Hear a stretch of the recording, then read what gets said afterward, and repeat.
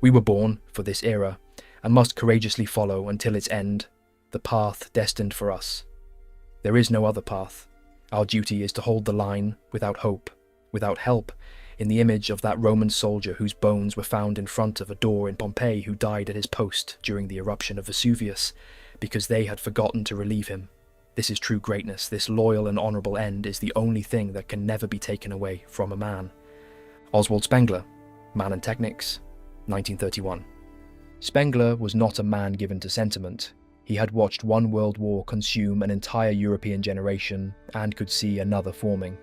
He was not writing about hope. He was writing about what you do when hope is not available. When the people who were supposed to relieve you have forgotten you are standing there. When you can see exactly what is coming and you understand that no rescue is on its way. His answer was a Roman soldier whose bones were found 2,000 years later at the door he refused to leave. That image is where this video starts, because the question Spengler was asking in 1931 is the same question that a generation of people across the Western world are beginning to ask right now, most of them without the historical vocabulary to name it. The question is not why the system is failing, the question is what you do when you understand that it is.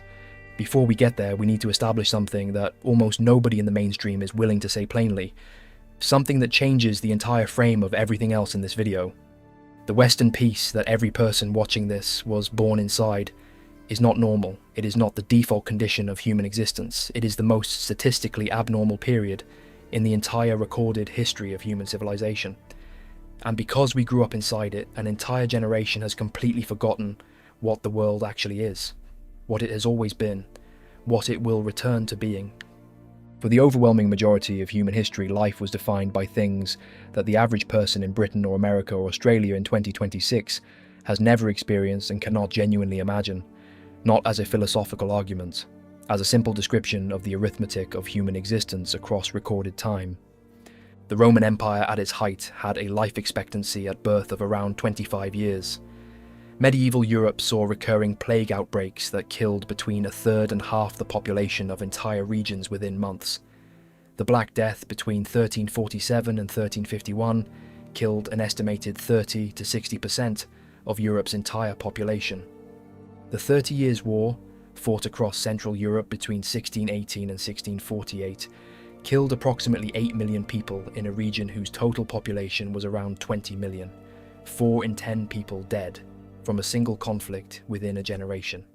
The average person alive in Europe in 1600 had a reasonable probability of dying violently before 40, had never lived more than 30 miles from where they were born, and had watched, at minimum, one famine kill significant numbers of people they knew personally. Thucydides, the Athenian historian who documented the Peloponnesian War in the 5th century BC, wrote something about power that has never been improved upon. He recorded the Athenian envoys saying to the people of Melos, before massacring them, "The strong do what they can, and the weak suffer what they must." He was not endorsing it. He was documenting what power actually does when it is not constrained. He was describing the default. The default is that the strong do what they can, the weakness suffer what they must. The 80 years of Western peace was not the default. It was the extraordinary exception produced by specific constraints on power that are now visibly eroding. The First World War killed 17 million people between 1914 and 1918. The Spanish flu that followed killed somewhere between 50 and 100 million globally in 2 years. The Second World War killed 70 to 85 million. The grandparents of people watching this video lived through these things. Some of their great-grandparents fought in them. The period of Western peace that began after 1945 is, in the full context of human history, an event so improbable that no previous generation would have believed it possible if you had described it to them. No major war between the great powers of Europe for 80 years. No significant famine in the developed world. Infant mortality dropping from roughly 1 in 5 children dying before age 5 in 1900 to less than 1 in 200 by 2000. Life expectancy going from 45 years in 1900 to 80 years by 2000. The basic material conditions of human life transformed in ways that had no precedent in the previous 100,000 years of human history. This is the world that boomers, Gen X, millennials, and Gen Z have all grown up inside. A world so peaceful, so medically advanced, and so institutionally stable by historical standards that it produced something genuinely new in human experience, people with no real understanding of what the world actually is when it is not being carefully managed by functional institutions. Plato saw this coming in the 4th century BC. In the Republic, he laid out the mechanism by which democracy degenerates. It does not happen through invasion or conquest, it happens through comfort. Democracy produces freedom. Freedom produces the expectation that everything should be comfortable and easy. That expectation produces citizens who are unwilling to do the hard work of maintaining the institutions that protect their freedom. And into the space created by that unwillingness come the people who are very willing indeed to take over those institutions and run them for their own benefit. Plato called the endpoint tyranny, but what he was really describing was oligarchy, rule by those who understood how power worked, in a population that had forgotten. The peace required maintenance, it required accountability, it required people who understood what the absence of it looked like and were willing to hold the line to prevent it. The generations that built the peace after 1945 understood this because they had lived inside the absence. The generations that inherited it did not. And so they handed the institutions over to people who understood exactly how to operate inside a population that had stopped paying attention. Machiavelli wrote in The Prince in 1513 something that every person in power has understood, and almost no ordinary citizen has ever truly internalized. He wrote that men ought either to be indulged or utterly destroyed, for if you merely offend them, they take vengeance, but if you injure them greatly, they are unable to retaliate. And separately, it is better to be feared than loved, if you cannot be both. He was not writing as a villain, he was writing as a realist. He was documenting how power actually functions when the constraints on it are removed, not how people wish it functioned, how it actually functions. And the network that the Epstein files document, the network that the Iran war polling describes, the network that has produced 0 arrests from a documented sex trafficking operation with over 100 victims, that network has read Machiavelli. It operates accordingly. Now, the Epstein files. Jeffrey Epstein was a financial manager and convicted sex offender who ran what court documents, victim testimony, and 3 million pages of federal records have established as one of the most significant sex trafficking operations in modern American history. His victims numbered over 100 and gave detailed testimony in federal proceedings. Ghislaine Maxwell, his long-term associate, was convicted on 5 federal counts of sex trafficking in December 2021. She is currently serving a 20-year federal sentence. The flight logs of Epstein's private aircraft are real documents recording real names on real dates. Former President Bill Clinton is documented in those logs as having flown on Epstein's plane more than a dozen times. Former President Donald Trump had a documented personal friendship with Epstein spanning at least 15 years. In 2002, Trump told New York Magazine that Epstein was a terrific guy, that they had known each other for 15 years and that Epstein liked beautiful women, many of them on the younger side. Both men deny any knowledge of or involvement in Epstein's criminal activities. Neither has been charged with any crime connected to the Epstein investigation. Epstein was arrested in July 2019 on federal sex trafficking charges. He died in his cell at the Metropolitan Correctional Center in New York on August 10, 2019. The official cause of death was ruled suicide by hanging. 2 prison guards responsible for monitoring Epstein that night falsified records indicating they had checked on him when they had not. Both guards were charged with falsifying records. Neither served prison time. The security cameras covering the area outside Epstein's cell malfunctioned that night. Dr. Michael Barden, a forensic pathologist hired by Epstein's brother to attend the autopsy, stated publicly that the injuries to Epstein's neck, specifically multiple fractures in the hyoid bone and thyroid cartilage, were far more consistent with homicidal strangulation than suicide by hanging. The New York City medical examiner maintained the suicide ruling. It is worth dwelling on that specific forensic detail for a moment. The hyoid bone is a small U-shaped bone in the throat. In cases of suicide by hanging, it fractures in a minority of cases, more commonly in older victims. In cases of manual strangulation, it fractures far more frequently. Dr. Barden, who has performed over 20,000 autopsies over a 50-year career, including for the House Select Committee on Assassinations looking into the Kennedy assassination, was specific about his findings. He did not speculate. He stated the injuries were inconsistent with the official ruling. The medical examiner disagreed. The matter was never resolved in any court because no charges were ever filed. In November 2025, the Senate passed the Epstein Files Transparency Act unanimously. Every senator from both parties voted for it. Trump signed it. The law stated specifically that no records could be withheld on the basis of embarrassment, reputational harm, or political sensitivity. The DOJ's initial release was described by members of both parties as inadequate and as a failure to comply with the law. Over 200,000 pages were withheld or redacted. A further release of over 3 million pages followed. In July 2025, the DOJ released a memo concluding that no client list existed, that there was no evidence of blackmail, and that Epstein's death was a suicide. The number of powerful men connected to the Epstein network who have faced any legal consequence is zero. Not one. The flight logs are public, the victim testimony is in federal court records, Maxwell is in prison, and every powerful man whose name is in those documents is attending his conferences and giving his speeches. Tacitus, the Roman historian who documented the reign of the emperors in the 1st and 2nd centuries AD, wrote about a Rome where the Senate still met, the courts still functioned, the elections were still held, and none of it produced meaningful accountability for the people at the top. He wrote, "The more corrupt the state, the more numerous the laws." He was describing a specific phenomenon visible across every period of institutional degeneration, the proliferation of legal process as a substitute for legal accountability, the performance of justice replacing the substance of it, 3 million pages released, 200,000 redacted, a unanimous Senate vote, a presidential signature, 0 arrests. This is what Tacitus was describing. The laws are there, the process is there, the accountability is not. Now, the Iran war. Donald Trump ran for president in 2024 on the most explicitly anti-war platform of any major Republican candidate in modern American history. No more wars. End these stupid, senseless wars. He attacked the entire foreign policy establishment for Iraq, for Afghanistan, for Libya, for every entanglement that had consumed American lives and money for 2 decades. Millions of people voted for him specifically because of that promise. People who had watched family members come home from Afghanistan broken or in boxes.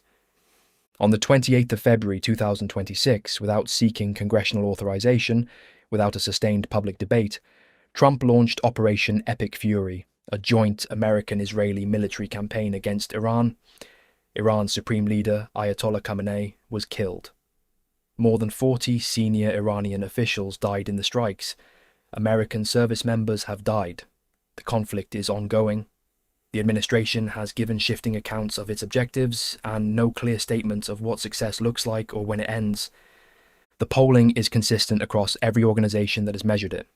59% of Americans disapprove of the decision to strike Iran according to CNN, 61% according to Reuters and Ipsos, 60% according to CBS News, 58% according to Fox News. The AP found 6 in 10 Americans said the military action had gone too far.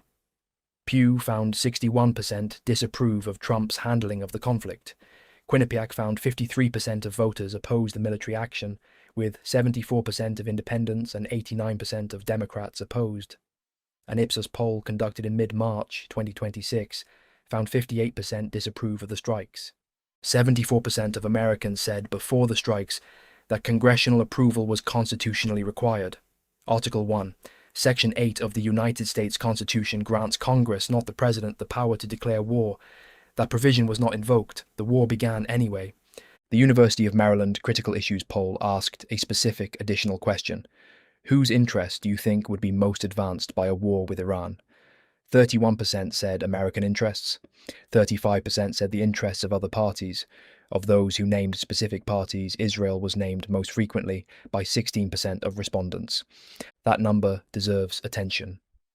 16% of Americans, when asked directly who benefits from this war, named a foreign government. 1 in 6 people believe their government has launched a military conflict that primarily serves the interests of another country. That is not a number that appears in normal democratic politics. That is the kind of number that appears when the gap between official justification and perceived reality has become wide enough that significant portions of the population have stopped accepting the official version entirely. And then, the specific contradiction that nobody in the administration has been able to explain away. Trump authorized more individual airstrikes in 2025 alone, before the Iran war even started, than Joe Biden did across 4 entire years in office. He attacked 7 nations. 3 of those nations had never previously been directly targeted by American military force. The man who ran on no more wars was running more military operations than his predecessor before the Iran War began. And when the Iran War began, the justification shifted week by week. Regime change, nuclear weapons, imminent threat to American forces, protection of Israel. Each stated objective was different from the last. Representative Thomas Massie, a Republican, said publicly that the Constitution requires a congressional vote and that he would work to force one. He did not succeed. The pattern that connects Epstein to the Iran War is not a conspiracy theory. It is the pattern that Polybius identified and documented in the 2nd century BC, and that every serious student of how power actually functions has recognized in the centuries since. The people inside the institution stop serving the purpose the institution was built for and start serving each other. The network replaces the accountability. The constitutional process produces the performance of constitutional compliance without the substance of it. And the ordinary people who were told the institution existed to serve them end up paying the cost of a system running an entirely different logic. Polybius called this anacyclosis, the cycle of constitutions. Every form of government contains the seed of its own degeneration. Democracy becomes oligarchy not through conquest, but through the gradual capture of its institutions by people who understand how to operate inside them for private benefit. The elections still happen, the laws are still passed, the hearings are still held, the senators still vote unanimously for transparency legislation. And the accountability still does not materialize because the accountability mechanism has been captured by the same network. The accountability mechanism is supposed to hold responsible. Edmund Burke wrote in the 18th century that the only thing necessary for the triumph of evil is for good men to do nothing. He was making a point about individual moral responsibility, but there is a structural dimension to it that he did not fully articulate and that Polybius understood more clearly. The good men do nothing not primarily because they are cowardly. They do nothing because they grew up inside a peace so unusual and so comfortable that they forgot the default. They forgot that the strong do what they can. They forgot that accountability does not maintain itself. They forgot that the institutions require active maintenance by people who understand what happens without it, and so they handed the institutions over to people who had not forgotten any of those things, who never forgot them, who operate according to Machiavelli rather than according to the civics textbook. Gen Z is the first generation in the history of Western civilization to grow up with unrestricted access to primary information and a deep baseline distrust of the official version built into them from birth. They are not the first generation to sense that the game is rigged. They are the first generation that can read the flight logs, the court transcripts, the DOJ memos, the polling data, and the congressional records themselves in an afternoon on a phone. And they are. That is why the Epstein files have dominated trending pages and comment sections for months, not because people are paranoid, because they are reading the documents and the documents do not match the official version. They are the generation that is cracking open the can. And what they are finding inside it is not a revelation of something new. It is a confirmation of something ancient. The strong do what they can. The network protects itself. The law applies differently at different levels of power. And the institutions that were supposed to prevent this became the instrument of it gradually, through a process that Polybius documented in the Roman Republic 2,000 years ago, that Tacitus documented in the Roman Empire, that Machiavelli described as the operating reality of all political power, that Plato predicted would happen to every democracy that forgot the cost of maintaining itself. The 80 years are ending, not in a single moment, not necessarily in the form of the catastrophic wars that ended previous long periods of relative stability, but the direction is visible to anyone reading the documents and doing the arithmetic. The constitutional war powers process did not prevent the Iran war. The unanimous Senate transparency vote did not produce accountability for the Epstein network. The polling opposition of 60% of the country did not prevent the conflict they opposed. The mechanisms that were supposed to constrain power are producing the forms of constraint without the substance. And the gap between form and substance, once it becomes wide enough, has always produced a specific set of consequences that Polybius described with precision. The Gracchi brothers in the late Roman Republic tried to reform the system from inside.